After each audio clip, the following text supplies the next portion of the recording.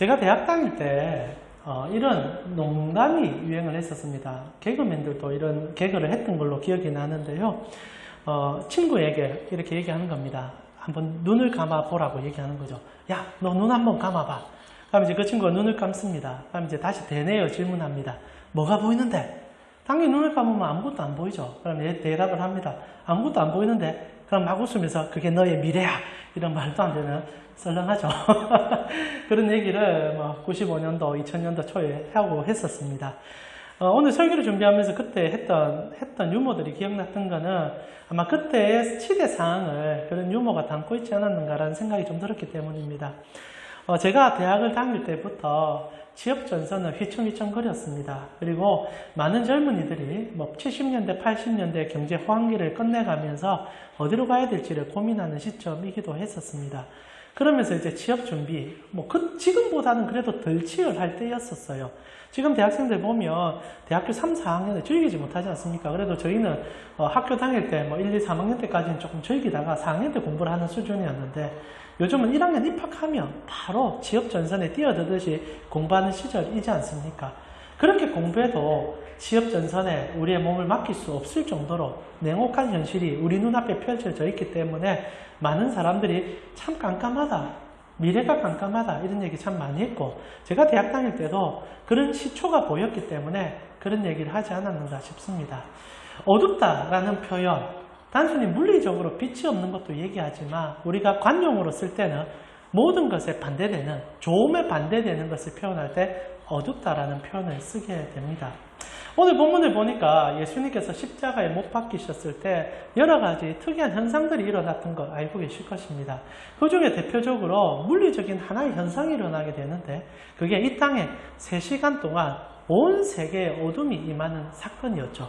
오늘 여러분과 제가 읽었던 첫 본문이기도 합니다. 마가복음 15장 33절에 보니까 제6시가 되매 온 땅에 어둠이 임하여 제9시까지 계속하더니 3시간 동안 어둠이 온 땅에, 단순히 이스라엘에만 임한 것이 아니라 온 땅에 임하는 사건이 있었다라고 성경은 기록해주고 있다는 거죠. 왜 예수님께서 십자가에 못 박혔을 때 세상에는 어둠이 임하게 되었을까? 오늘 우리는 그 질문을 가지고 본문 속에 들어가 그 어둠의 가치가 그리고 그 어둠이 무엇을 상징하는지를 보고 우리가 따르는 그리고 우리가 믿고 있는 예수님의 그리고 특별히 그 십자가가 어떤 은혜를 내포하고 있는지를 다시 한번 밝혀보았으면 좋겠습니다. 너무나 잘 알고 계시겠지만은 예수님께서 십자가에 달리신 이유는 딱 하나입니다. 인류 모두의 죄악을 그의 몸으로 감당하기 위함이었다는 거죠. 그런데 참 똑똑하지 않습니까? 우리가 저번 주에도 살펴봤지만 온 인류의 죄악을 몸으로 담으시는 그 가장 상징적이면서도 가장 역사 속에서 중요한 사건, 오늘날 표현해도 AD와 BC를 나눌 수 있는 역사의 분기점이 될 뿐 아니라 모든 인류의 새로움을 열어주는 그 자리에서 하나님께서는 독특한 일들을 계속 일을 하고 계셨다는 거죠. 저희가 저번 주에 살펴보았습니다. 예수님께서는 의도적으로 양옆에 두 강도를 달아놓으셨다. 그리고 우리는 그 가치가 무엇이고 우리가 무엇을 지향해야 되는지를 깨닫는 시간을 좀 가졌지 않습니까? 그리고 예수님께서는 하나님께서 하신 일이시겠지만 달려있는 그 동안에 3시간 동안, 적지 않은 시간 동안 온 세상에 어둠을 깔아놓으셨다는 거죠. 여러분은 그 어둠이 어떤 이유고 하나님은 우리에게 무엇을 보여주기 위함이라고 생각하십니까? 실제로 예수님께서 하셨던 모든 행동들은 다 상징적이고 우리에게 가르침을 주기 위한 행동입니다. 정말 짧은 3년의 시간을 압축적으로 쓰셨던 분입니다. 허투루 1분 1초를 쓰지 않으셨던 분이에요. 근데 그분께서 가장 중요한 십자가에 매달려 계실 때 하나님께서는 온 땅에 어둠을 펼치셨단 말입니다. 그러면 거기에는 너무나 중요한 영적 진리가 들어있을 것이고 우리가 깨달아만 되는 무언가가 담겨져 있다는 거죠. 그러나 우리가 너무나 쉽게 어두워졌구나 라고 생각하고 지나갈 때가 참 많은 것 같은데 실제로 그렇지 않은 것 같습니다. 왜 예수님께서 십자가에서 숨이 넘어가기 전 3시간 동안 온 세상엔 어둠이 임했을까요? 실제로 이 일을 알기 위해서는 성경 전체에 얘기를 조금 알 필요가 있고 특별히 한 사건을 이해할 필요가 있습니다. 여러분, 신약이 특히 예수님의 일생이 구약의 수많은 예언들의 총집합인 것을 여러분 아십니까? 구약 성경 39권은 단 하나를 목표로 삼아서 달려오고 있습니다. 누굽니까? 우리 구주 예수 그리스도. 그래서 신약을 공부할 때는 언제나 구약을 함께 천가에서 보지 아니하고는 예수님께서 하셨던 일을 명쾌하게 보기가 쉽지 않아요. 이렇게 표현하면 될까요? 예수님께서 지금 하는 모든 일은 스크린입니다. 영상입니다. 그러나 그 밑에 자막이 달리지 않고는 그 의미가 해석되지 않는 것처럼 예수님의 행동들은 구약을 통하여 그 자막을 달아주듯 우리가 이해할 수 있게 된다는 거죠. 그렇다면 예수님께서 십자가에 달렸을 때 그 사건도 구약에서는 우리에게 가르쳐주고 그것이 무엇을 상징하는지를 보여주고 있다는 거죠. 여러분 혹시나 구약 성경에 온 세상에 어둠이 임한 사건 혹시 아십니까? 여러분 물론 온 세상은 아니지만 세상을 대표하던 이집트에 하나님께서 한 번은 어둠을 내리신 적이 있었습니다. 여러분 잘 아시죠? 모세가 이스라엘 백성들을 그의 하나님의 백성 삼기 위해서 이제 끄집어내는 이제 출애굽이라고 표현해야 되죠. 애굽을 나오게 되는 사건이 있었습니다. 그때 10가지의 재앙을 하나님이 세상에 이집트에 퍼부으시죠. 이집트라고 말하고 있지만 온 세상에 하나님이 어떠함을 가르쳐주는 사건이었습니다. 여러분 단순하게 하나님께서 이스라엘 백성들을 건져내시려고 하셨다면 데려 나오면 돼요. 그런 능력이 있으신 분입니다. 근데 왜 하필 10가지의 재앙을 부으셨는가? 그 재앙 하나하나에 우리를 향한 하나님의 메시지가 들어있었죠. 특별히 첫 번째 재앙부터 8번째 재앙까지 개구리와 피와 우박과 이런 재앙들은 당시 이집트가 숭배했던 모든 우상의 총집합체였습니다. 하나님께서는 유일하신 하나님인 것을 그들에게 가르쳐주며 하나님께서는 천지의 조우자이심을 가르쳐주는 사건이 10가지 재앙 가운데 들어있었죠. 그런데 그 재앙이 가면 갈수록 한 가지 목표점을 향해서 달려가고 있다는 것은 아시죠? 그게 뭡니까? 우리 구주 예수 그리스도. 마지막 10번째 재앙, 6월절의 어린 양은 오직 예수 그리스도를 향하여 보여주는 거죠. 결국 온 땅의 주인이신 하나님을 상징적으로 보여주는 사건은 결국 우리로 예수를 보라라고 이끌어주는 사건이 10가지 재앙이었습니다. 근데 그 과정 속에서 9번째 재앙이 너무나 독특하다는 거죠. 8번째까지는 세상의 구조와 그리고 세상에서 우리가 숭배하는 것들에 대한 심판이었는데 9번째 딱 들어오고 나서 하나님께서는 굉장히 물리적으로 이스라엘 백성과 그리고 세상을 대표하는 이집트를 구분해내셨어요. 그것도 한쪽에는 깜깜한 어둠을 주시고 한쪽에는 광명한 빛을 주심을 통하여 한번 찾아볼까요? 출애굽기입니다. 출애굽기 10장 22절에서 23절이지요. 여러분 성경 찾아보셔도 되고 PPT 보셔도 괜찮습니다.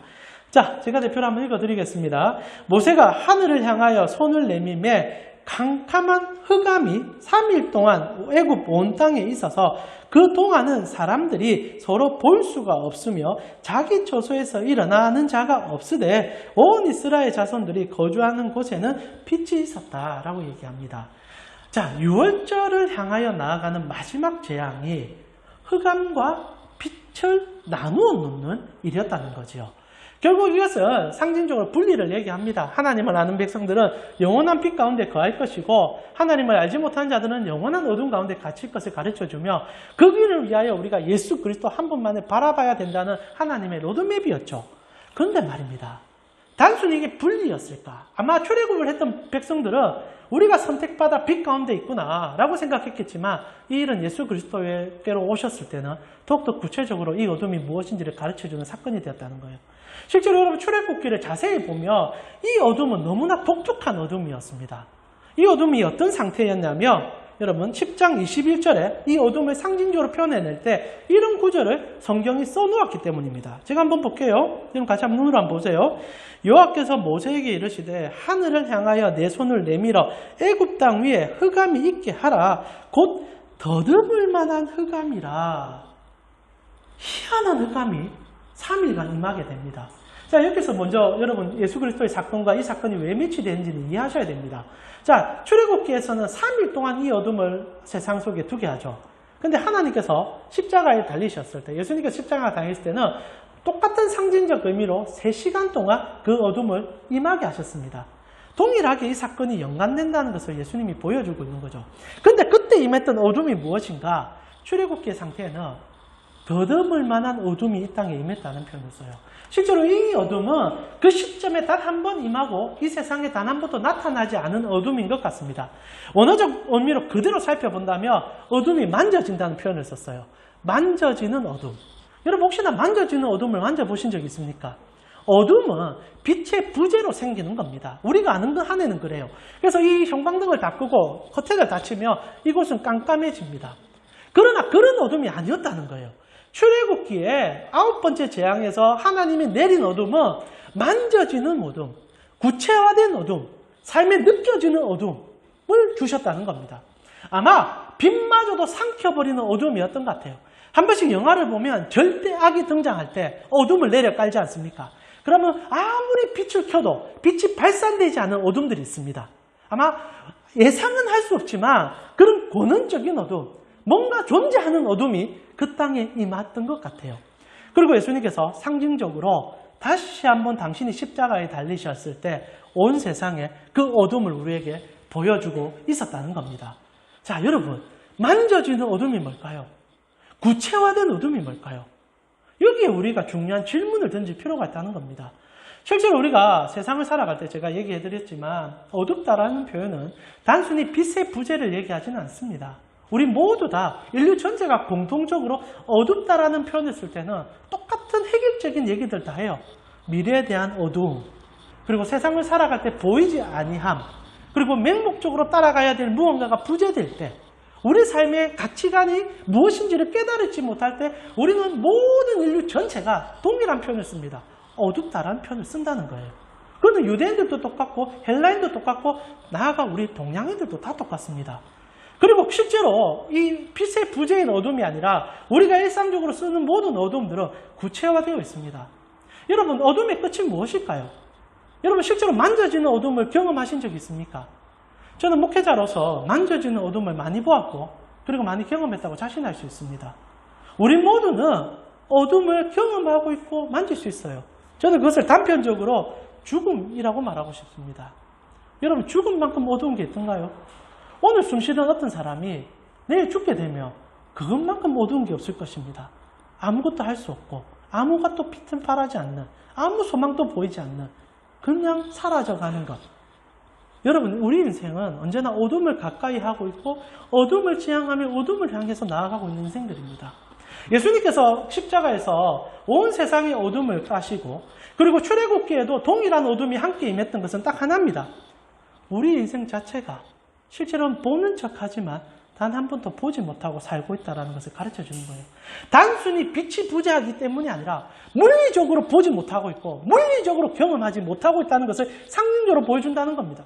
예수님의 십자가는 우리 인생이 얼마나 허무한 곳에서 시작해서 허무한 곳을 향하여 달려가고 있는지, 단 한 사람도 보지 못하는 현실 속에서 보는 척하고 있는지를 가르쳐주는 상징적인 십자가라는 거죠. 제가 십자가 설교를 지금 며칠째 하고 있는데 십자가 설교할 때마다 여러분에게 같은 얘기를 반복하는 게 있습니다. 인생은요, 진짜 아무것도 안 봅니다. 오늘 예수님께서 보여주시는 상징적 요소와 똑같습니다.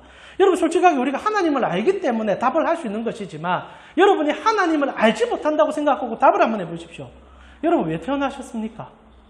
그리고 여러분, 왜 사십니까? 그리고 여러분은 삶의 끝에 무엇이 일어난다고 생각하십니까? 가장 중요한 질문이에요. 우리는 왜 태어났는가? 그리고 우리는 왜 사는가? 그리고 우리 사는 삶의 이유는 무엇인가? 자녀를 출산하고 직업을 가지고 열심히 노력하고 사는 그 존재 목적의 이유가 무엇인가? 그리고 마지막, 우리의 절대적인 죽음을 만나는 그 순간까지 우리는 그 죽음의 목표가 무엇인가? 죽음은 우리에게 무엇을 가르쳐 주는가? 실제로 아무도 몰라요. 인생을 왜 사느냐 질문하면 딱 한 가지 답밖에 나오지 않습니다. 그냥 주어지니까, 만났으니까, 나에게 다가왔으니까, 쳐내고 경험하고 헌신하고 사랑하고, 그러다가 절대적인 어둠인 죽음 앞에서 와라르르 무너지는 우리 아닙니까? 죽음 앞에서 누가 자신할 수 있습니까? 그런데 재밌는 것은요, 성경은 처음부터 그 어두움을 이길 수 있는 방법을 가르쳐주고 시작했다는 거예요. 여러분, 출애굽기에 만져질 수 있는 어둠이 나타났습니다. 모두 다 어둠을 만져보고 신기해했을 거예요. 그러나 너무나 무서웠겠죠. 그러나 그 어둠을 만질 때 빨리 깨달아 했어야 됩니다. 빛이 있는 이스라엘로 넘어가야 된다. 빛이 있는 그곳으로 가야 한다. 그러나 많은 이집트 백성들이 무시했어요. 그래봤자 이것도 며칠 있으면 사라지겠지. 여러분, 우리의 가장 강조한 게 뭔지 압니까? 시간 지나면 해결될 거야. 시간 지나면 알게 될 거야. 수천 년이 지나도 모르는 건 몰라요. 알지 못하는 건 알지 못합니다. 그러나 스스로 속여가며 살아가는 인생. 그러나 그 끝이 어찌 됩니까? 만져지는 어둠이 그들 삶에 다가와 버렸지 않습니까? 10번째 재앙이 뭡니까? 장자의 죽음. 결국 언젠가는 경험해야 되는 일이지만 하나님께서 그날 하루에 모든 장자를 죽이는 일이 생기게 된 거예요. 하나님이 죽였다고 말하면 안 되겠죠. 우리가 살아가면서 경험하게 되는 마지막 어둠은 누구나 경험하게 된 겁니다. 장자는 그 집안 전체를 상징적으로 보여주는 거죠. 만져지는 어둠은 너희 옆에 있을 뿐 아니라 너희가 지고 살아가는 짐이다라는 것을 가르쳐 줍니다. 그런데 그때 어떤 일이 일어납니까? 하나님께서 한 어린 양을 잡아라 그래요. 그리고 그의 피를 흘려서 그 양의 피를 흘려서 문설주에 발라라 라고 얘기합니다. 이게 출애굽기의 가장 중요한 상징적 행위 아닙니까? 그래서 주님께서 그 피를 본 집은 그 문을 넘어가줘서 그 집안의 모든 사람이 다 살 수 있게 해준다. 이스라엘 백성이라서 그런 게 아니라 무언가 잘해서가 아니라 오직 단 하나의 이유, 피만 보면 넘어가주겠다라고 얘기했었습니다. 그래서 이스라엘 백성들은 착각했죠. 우리는 선민이다. 우리는 선택받았다. 그러나 주님께서는 아니다라고 얘기하셨죠. 나라를 멸망시키며 한 가지를 얘기합니다. 내가 그때 보여준 것은 그림자였고 너희 구주 내 독생자 예수 그리스도께서 너희를 위하여 십자가에 죽는 그날 그 피가 너희 인생의 문서주에 발리게 되면은 너희가 그 죄에 만져지는 어둠을 넘어서서 하나님께 갈 수 있다는 것을 가르쳐주는 일이었다는 거죠. 그래서 오늘 주님께서 십자가에 달리셨을 때 온 세상에 어둠이 임한 겁니다. 보지 못하는 우리에게 진짜 보지 못하는 것을 깨닫게 해주는 일이었다는 거죠. 근데 아이러니는 뭔지 아십니까? 여전히 우리가 속고 속이고 있다는 데 있습니다. 실제로요, 몇 해 전에 알뜰신잡이라는 프로가 있었습니다. 아십니까? 알뜰신잡이라는 프로그램이 있었어요. 그래서 유명한 석학자들이 나와서 삶의 과정을 얘기하는 그런 프로그램이었고 저도 저희가 보았습니다. 근데 한 번은 주제가 신에 대한 주제를 토론하기 시작했어요. 너무 재밌었습니다. 그래서 찬반으로 나눠지더라고요. 하나님을 믿는 분들은 당연히 하나님께서 이제 세상에 창조주시고 하나님께서 우리를 인도하는 얘기를 하는데 또 반대쪽에서 하나님 믿지 않는 분들은 극렬하게 저항하는 거예요. 세상 돌아가는 거 보니까 신은 존재하지 않는다. 인간 너무나 악하다. 오히려 신의 이름으로 자행되는 악한 일들이 얼마나 많은 줄 아느냐 이런 얘기했어요. 그런데 진짜 독특한 얘기를 한 분이 하셨습니다. 누구냐면요. 물리학자 김상욱 교수였습니다. 카이스트 교수죠. 여러분 혹시 아십니까? 텔레비에 워낙 많이 나오는데 그 김상욱 교수가 가만히 있다 그런 얘기를 해요.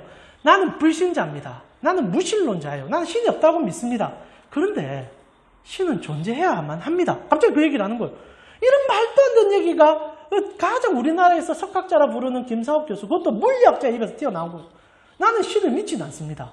그러나 신은 존재해야 됩니다. 왜? 신이 없다면 우리가 짐승과 다를 바가 없기 때문입니다. 우리가 개와 돼지와 소를 개는 요즘 잡으면 안 됩니다. 돼지와 소를 잡아먹는데 그 잡아먹는 합당한 권리를 누가 줍니까? 그리고 실제로 우리가 살아가면서 저들과 차이가 무엇입니까? 물리적으로 과학적으로는 차이가 없다라고 얘기하는 거죠. DNA 구조상 약간의 차이가 있을 뿐이지 우리는 동물과 동일하다라고 평가합니다. 그런데 왜 우리의 영혼의 가치, 우리의 도덕적 관념, 우리가 인류라는 그 가치관, 고귀한 가치를 소유할 수밖에 없는 것은 인간 안에서는 답이 없다는 거예요. 그래서 김상욱 교수가 얘기합니다. 신이 필요합니다. 신이 있어야 됩니다. 신이 있어야 결국 우리가 증명됩니다라고 얘기하죠. 그러자 모든 사람들이 동의하는 거예요. 왜냐하면 신이 없는 세상은 상상이 안 되거든요. 우리의 도덕관이 어디서 나오겠습니까? 우리의 기본적인 양심은 누구로부터 존재하는 겁니까? 우리가 짐승과 다를 수 있는 이유는 어디에 있는 겁니까? 우리는 우리의 그 답을 모른다는 거죠. 이것은 단순히 김상욱 교수만의 얘기가 아닙니다. 모든 진리의 끝을 추구했던 석학자들은 다 이런 얘기를 해요. 여러분 근세 그리고 현대를 넘어올 때 가장 위대한 철학자를 손에 꼽는다라면 칸트를 꼽을 수 있을 겁니다. 칸트가 여러 가지 이제 논법을 통하여서 인류가 추구하는 물리적인 방향들을 제시하는데 그가 마지막에 주장한 건 이겁니다. 인류에게 있어서 도덕성과 그리고 윤리성을 증명하기 위하여 우리 모두는 신을 요청해야 된다. 그래서 요청된 신이란 말이 칸트로부터 처음으로 나와요.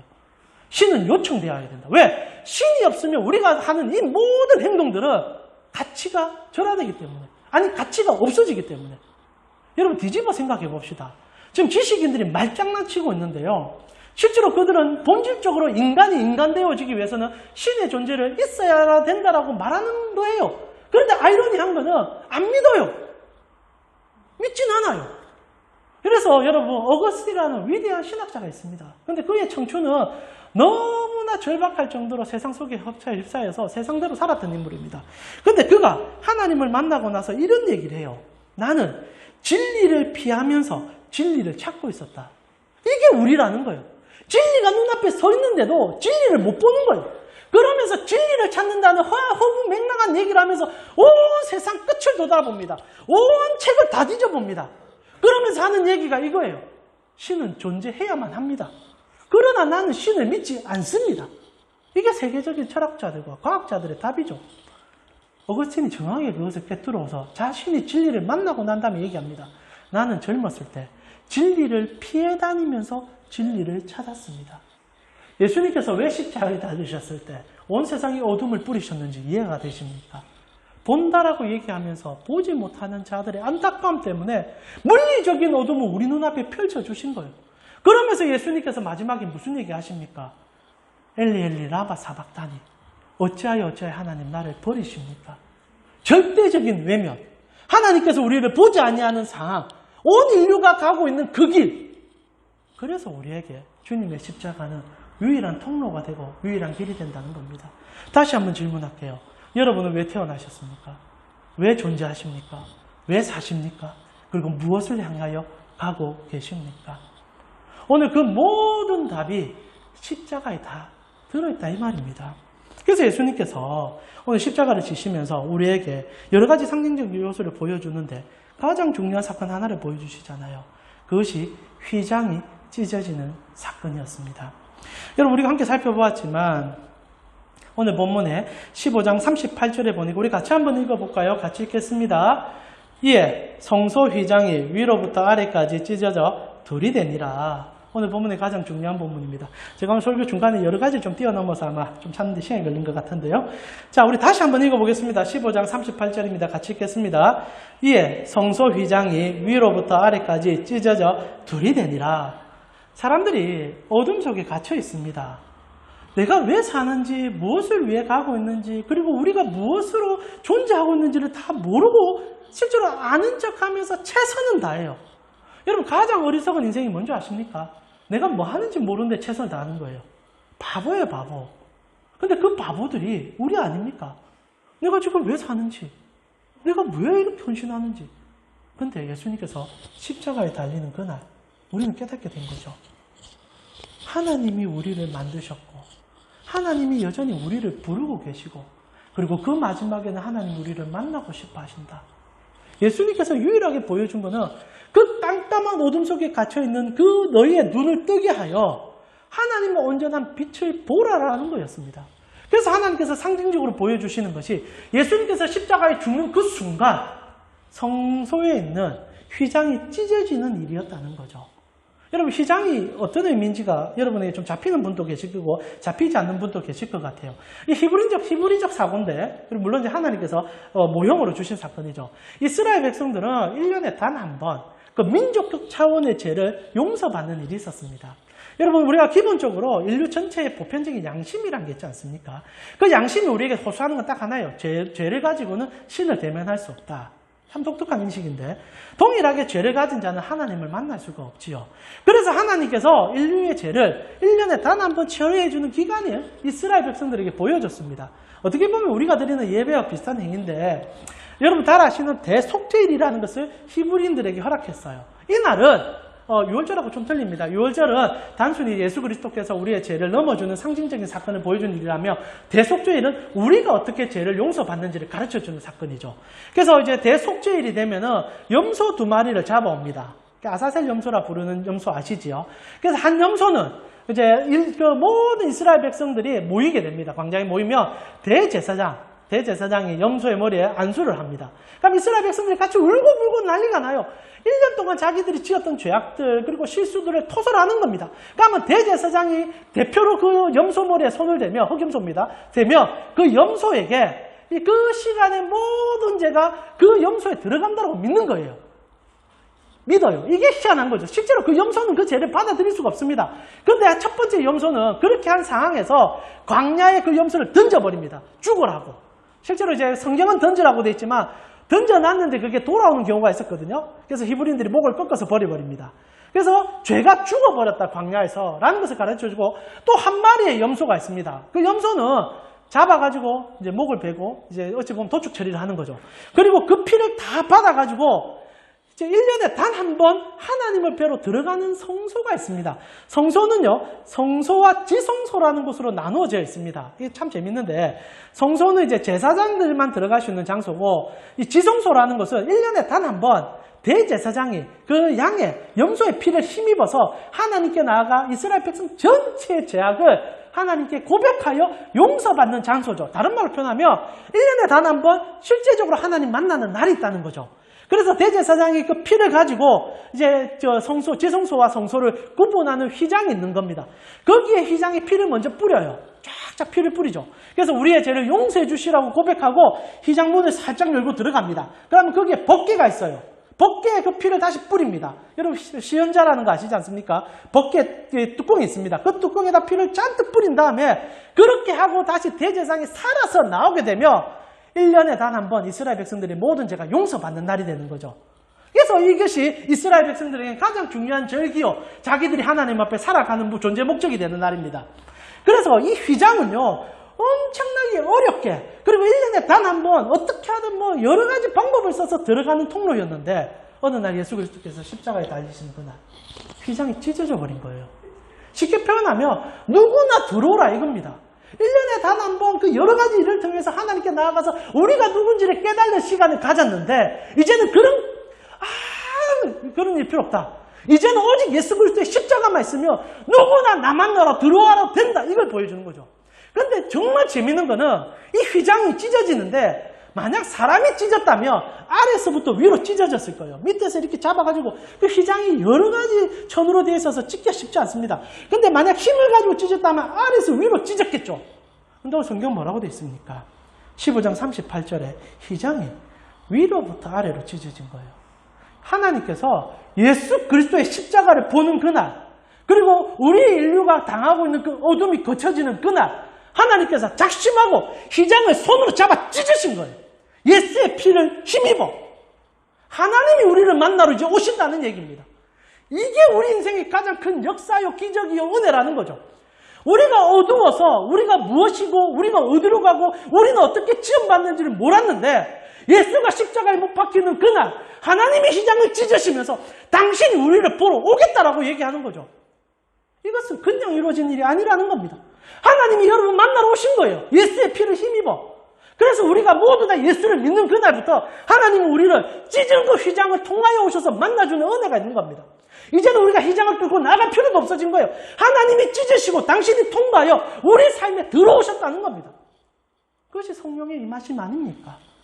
그래서 우리가 그 은혜를 이제 경험하게 된 거예요. 그리고 우리가 찢어진 휘장으로 다가오신 하나님을 만나는 그날, 예수의 피를 힘입고 나아가는 그날부터 우리는 왜 사는지, 우리는 왜 존재하는지, 그리고 우리는 무엇을 향해 가는지를 깨닫게 됐다는 거예요. 사랑하는 우리 가운데 성도님, 이정재라는 인물이 최근에 가장 핫합니다. 아시죠? 오징어 게임 때문에. 너무 유명해졌어요. 그래서 그 외국에 가서 또 인터뷰도 하고 막 하는데, 외국인들은 이정재라는 배우를 그 악역 전문 배우로 알고 있더라고요. 그러면서 이제 악역을 좀 제법 했습니다. 뭐 여러 가지 영화들 보면 악역도 좀 나오고 해서 악역 전문 배우로 알고 있고, 그렇게 잘생긴 인물인지 잘 몰랐대요. 그 오징어 게임에 보면 사람이 굉장히 이렇게 노숙자처럼 꾸미고 나오니까 그러면서 막 놀라기도 하고 합니다. 자, 그런데 만약 지금 이정재가 그래서 미국과 프랑스에서 인기 절정이랍니다. 특별히 그 두 나라에서는 오징어 게임 너무 좋아하니까 이정재라는 이름을 너무너무, 여러분 한국 사람 이름 발음하기 쉽지 않잖아요. 근데 이정재라는 이름을 발음합니다. 그만큼 미스터 리를 참 좋아하고 있죠. 그런데 말입니다. 미스터 리가 어느 날 미국에 이제 방문을 했어요. 지금 뭐 1억 넘어 지금 드라마를 보고 실제로 이제 몰래 다운받은 사람까지 치면 수십억이 반 드라마의 주인공입니다. 근데 미스터 리가 미국에 가가지고 어느 편의점에 딱 들어간 겁니다. 24시간 편의점 들어가서 라면 한 그릇 먹고 있어요. 근데 평소에 그 오징어 게임 드라마를 보고 이정재라는 인물에 대해서 호감을 갖고 있던 사람들이 라면 먹고 있는 이정재 보고 미스터 리라고 하면서 좋아할까요? 쉽지 않을 겁니다. 동양인 얼굴들은 대부분 비슷하기 때문에 깨닫지 못해요. 아, 그냥 동양인이 와서 라면 먹고 있구나 하고 지나갈 여정이 큽니다. 그렇게 좋아하는 배우인데도 못 알아볼 가능성이 개운 높죠. 제가 드리고 싶은 말은 이정재가 이정재 될 수 있는 것은 그가 무대 위에 설 때입니다. 그가 영화를 보여줄 때예요. 그의 역할에 충실할 때입니다. 그리고 그가 존재하는 이유는 그 연극 속에서 존재함을 통하여 발산되는 거죠. 동일합니다. 우리가 이제 깨닫게 된 게 뭔지 아십니까? 하나님이 존재하시고 하나님께서 우리를 선택하셨으며 하나님께서 이 세상 속에서 우리를 목적 삼아 살게 해주셨다는 거죠. 우리는 이 거대한 어찌 보면 연극 무대 위에 서 있는 겁니다. 감독은 하나님, 그리고 주연은 예수 그리스도, 그리고 우리는 전부 다 배우로 서게 된 거죠. 하나님이 역사를 운행하고 계십니다. 그리고 당신의 뜻을 적재적소에 다 보이고 계세요. 세상은 아무도 모릅니다. 하나님이 지금 감독하고 계시구나, 예수님께서 우리의 주인공이 되시구나 몰라요. 그런데 아는 자들은 그 배역에서 최선을 다하는 겁니다. 존재 목적을 깨달았으니까 이 하나님의 영광스러운 무대에, 이 세계적인 무대에 누구나 알게 되는 온 땅과 온 별이 바라보는 이 무대에 내가 배역으로 썼구나.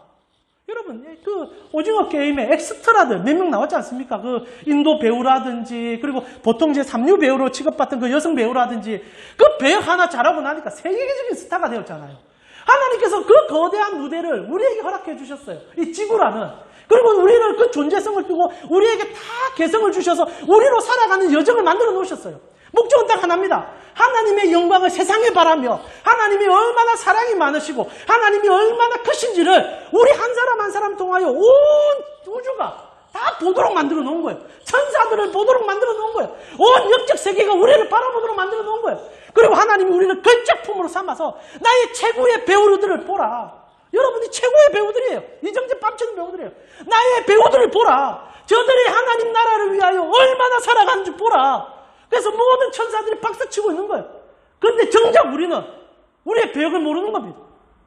나는 이거 끝나면 뭐 그냥 용돈 받아서 집에 갈 건데, 나는 이거 하다가 그냥 이래 살 건데, 너무너무 불쌍하다는 거죠. 진짜 내가 무슨 배역을, 내가 무엇을 위해서 살고 있는지를 안다면 그 하나의 열연을 다할 거예요. 그러고 나면 어떻게 됩니까? 막이 막 끝나는 순간 모든 사람은 만져지는 어둠으로 들어갈 수도 있는 순간에 우리는 그 막에 열려지는, 그리고 감독이 서 있는 그 환경을 보게 된다는 거죠. 그것이 계시록의 고백 아닙니까? 계시록 21장 3절에 우리 인생의 막이 끝났을 때 우리 모두에게 주어지는 영광의 순간을 우리가 봐야 합니다. 그게 여러분과 내가 살아가는 존재의 이유예요. 여러분은 이 땅에서 사라지다 절대적 어둠으로 끝나는 것이 아니라 영원한 빛에 사로잡혀 하나님께 박수 받으면서 너는 너의 인생의 최고의 역할을 해내었다. 내가 준 명령을 너희 수행하였다. 내가 너를 너무나 사랑한다. 그 고백을 창세기 계시록 21장 3절과 4절과 5절에 하고 있다는 거죠.